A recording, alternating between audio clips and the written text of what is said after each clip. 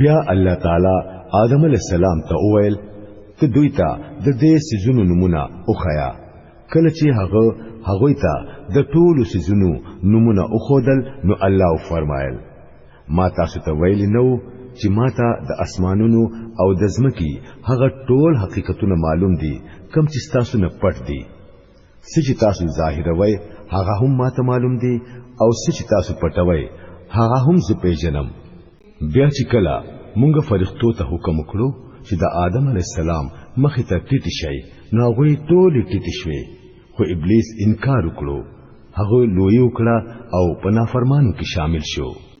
بیا مونږ آدم علی السلام ته وویل چې تو او ستا خزا تاسو دواړه په جنت کې اوسئ او دلته په فراخی سره چې څو غواړئ هغه خورئ خو دې ونی ته نږدې مورځئ ګینینو په ظالمانو کې به شمار شئ